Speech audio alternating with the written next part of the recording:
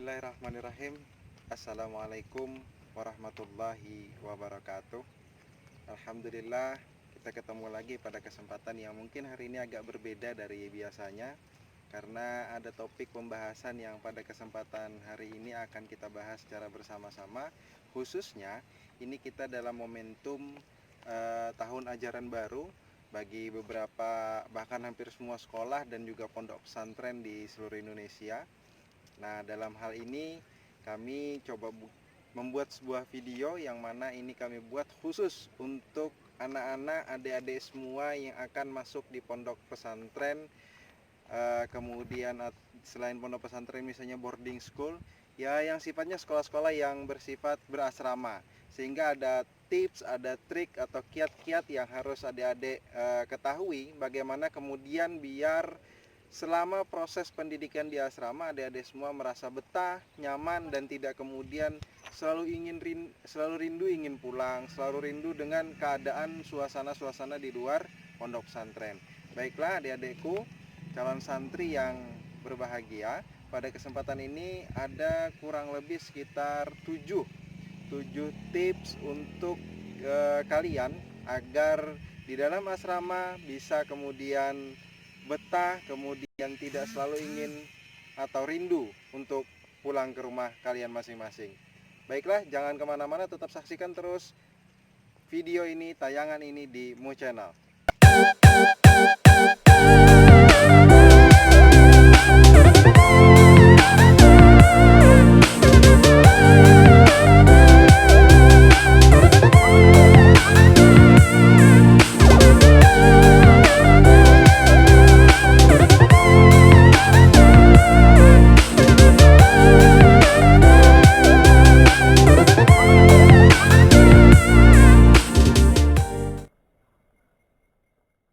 Oke anak-anakku semua, tips yang pertama dari 7 tips agar kalian betah selama tinggal di asrama, tinggal di pondok pesantren, yaitu jangan suka menyendiri. Ini yang pertama ya, poin penting ini anak-anakku semua. Kalau misalnya kalian di asrama suka mengurung diri di kamar, kemudian tidak bergaul dengan teman-teman yang lain, otomatis hayalan pikiran kalian itu kemana-mana. Sehingga oleh karena itu yang paling utama adalah jangan suka menyendiri. Kemudian poin yang kedua ini yang tidak kalah penting dari jangan menyendiri adalah memperbanyak teman. Di asrama itu kita sudah punya banyak teman, kemudian bagaimana teman-teman kita ini kita bergaul dengan baik dengan mereka, tidak kemudian melukai hati mereka atau bahkan berantem dengan teman-teman, sehingga ketika kita berteman ini kita kemudian tidak banyak terlalu memikirkan hal-hal yang berada di luar keseharian kita di dalam pondok. Nah, ini dua hal ini yang juga penting bagi kita untuk bagaimana menjadikan diri kita lebih betah tinggal di asrama dan tidak kemudian selalu ingin pulang atau terfikir untuk berkegiatan di luar pondok pesantren. Kemudian anak-anakku sekalian, calon santri, yang ketiga, poin ketiga agar kalian betah tinggal di asrama adalah dekatkan diri dengan ustadz. Kebiasaan ya di pondok pesantren itu ada ustadz yang kita kenal dengan istilah musrif atau musrifah bagi santriwati. Kemudian ada mudabir. Mudabir ini biasanya kakak kelas yang berada di kamar kita sehingga membimbing kita dalam kehidupan keseharian. Kemudian setidaknya dekatkan diri kita, kemudian jalin komunikasi yang baik dengan mereka dengan harapannya ketika ada permasalahan, ketika kita memiliki uang hilang misalnya, ataupun alat mandi kita rusak atau hal lain sebagainya, kita bisa konsultasi, kita bisa kemudian bertukar pendapat dengan ustadz, mudabir atau musrif yang ada tinggal di asrama kita masing-masing. Kemudian tips yang keempat adalah jaga terus kesehatan kita. Jangan sampai kemudian anak-anakku semuanya, santri semuanya nanti selama tinggal di asrama sakit. Kita jaga kesehatan kita, kita jaga fisik kita, kemudian jangan sampai sakit melanda diri kita selama berada di asrama atau di dalam pondok pesantren. Jangan sampai kemudian rasa sakit, baik itu sakit hati misalnya, jangan sampai melanda aktivitas kita di dalam asrama nantinya. Poin yang kelima yang juga tidak kalah penting tips untuk anak-anakku, santri semuanya agar betah tinggal di pondok pesantren, yaitu isi waktu luang kita selama di pondok pesantren dengan hal-hal yang bermanfaat. Nah, kebiasaan anak-anakku, di dalam asrama atau pondok pesantren itu waktu luangnya kapan Ustadz? Waktu luangnya itu di jam-jam sore. Sore ini ada waktu kosong yang hitungannya kita sudah pulang dari aktivitas kegiatan belajar mengajar di pagi hari, kemudian menjelang sore sebelum maghrib. Nah, ini ada jeda waktu kosong. Manfaatkan jeda waktu kosong ini untuk kegiatan atau aktivitas yang bermanfaat, yang bisa menunjang aktivitas keseharian lainnya. Salah satu contohnya mungkin mencuci baju, kemudian bersih-bersih kamar, dan aktivitas kegiatan lainnya yang bersifat untuk kepribadi atau personal kita, sehingga kita tidak kemudian terfikirkan hal-hal negatif, hal-hal yang justru akan membebani pikiran kita, tidak fokus untuk belajar. Kemudian yang selanjutnya, yang keenam ini penting juga, bulatkan kembali tekad niat kalian untuk belajar, untuk utlubul ilmu, menuntut ilmu di dalam pondok. Karena kita meyakini betul pondok pesantren adalah wadah yang mulia bagi setiap santri untuk menimba ilmu, untuk menimba wawasan, sehingga harapannya ketika niat tekad kita ini sudah bulat, maka tidak ada keraguan di dalam diri kita untuk terus berada di dalam asrama, di dalam pondok pesantren ini. Nah, yang terakhir, yang ketujuh, tips yang juga penting bagi kalian adalah selalu berdoa, meminta kepada Allah Subhanahu wa taala agar selalu dibimbing untuk bagaimana kemudian betah di asrama, untuk selalu dibimbing oleh Allah Subhanahu wa taala agar tidak kemudian terfikir di dalam pikiran kita hal-hal yang negatif. Justru godaan syaitan ini akan masuk sehingga membuat kita atau niat tekad kita itu bergoyang. Nah, sehingga akhirnya adalah endingnya membuat kita justru keluar dari pondok pesantren atau asrama. Ini setidaknya ada 7 poin yang penting agar kita tidak mudah goyah niatnya, agar kita tidak kemudian merasa bosan di asrama, merasa terbebani ketika tinggal di pondok pesantren. Sedikit calon santri yang dimuliakan Allah Subhanahu wa taala, kebiasaan di dalam asrama itu kita punya daily activity, kegiatan harian yang dari waktu ke waktu harus kita ikuti secara bersama-sama dengan teman di asrama.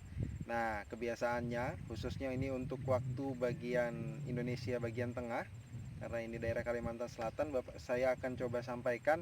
Jam 4.30 biasanya kegiatan kita adalah dibangunkan untuk melaksanakan ibadah sholat tahajud, dan termasuk di dalamnya untuk persiapan sholat subuh secara berjamaah.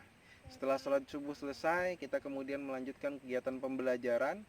Kebiasaannya dilanjutkan kegiatan tahfiz dan tahsin untuk Al-Qur'annya.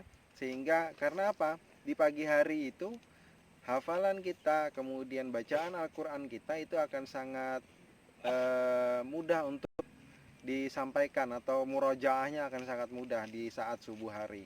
Selesai pembelajaran di pagi hari atau subuh hari itu, kita lanjutkan dengan aktivitas pribadi. Nah, biasanya aktivitas pribadi ini diisi dengan mandi, kemudian sarapan, dan aktivitas lainnya untuk persiapan kegiatan belajar mengajar di dalam kelas, di sekolah. Kita berangkat ke sekolah jam 7.30. 7.30 kita sudah berada di sekolah, kemudian mengikuti kegiatan pembelajaran di sekolah kurang lebih sampai di waktu zuhur.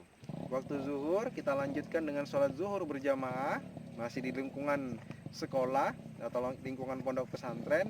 Kemudian setelah itu tetap dilanjutkan kembali dengan proses pembelajaran di sekolah kita sampai waktu asar datang, dilanjutkan kemudian sholat asar berjamaah.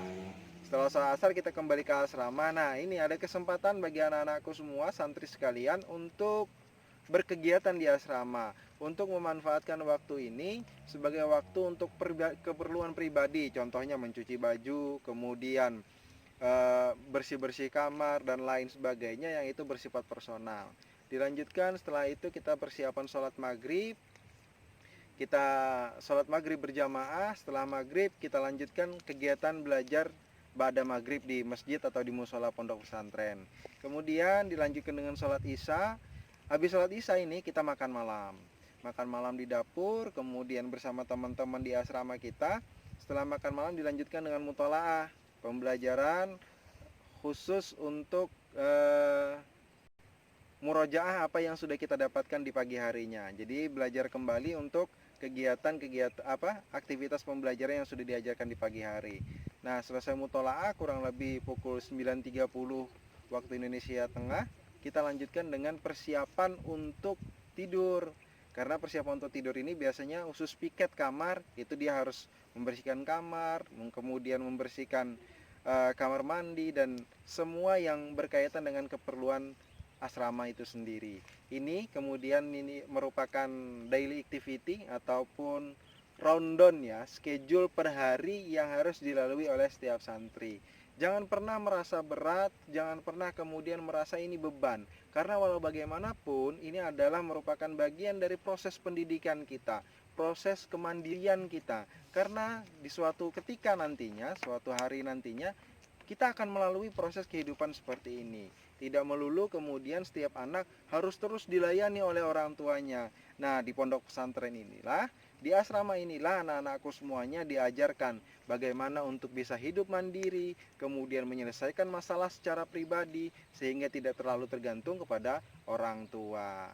Sehingga proses kemandirian, proses kepemimpinan di dalam diri anak-anakku semuanya bisa betul-betul tertanam, karena sudah mulai ditanamkan sejak dini, tidak kemudian ditanamkan kalau ketika misalnya sudah dewasa. Tapi anak-anakku ketika masuk pondok ini sudah mulai ditanamkan kemandirian, sudah mulai ditanamkan kepemimpinan di dalam dirinya, sehingga karena sudah ditanamkan sejak dini, harapannya ini akan terus melekat di dalam diri anak-anak semuanya. Banyak hal yang kita bisa lakukan di dalam pondok pesantren. Ini saja yang mungkin dapat saya sampaikan. Semoga ini sangat bermanfaat bagi anak-anak semua, khususnya bagi kalian yang akan masuk di pondok pesantren.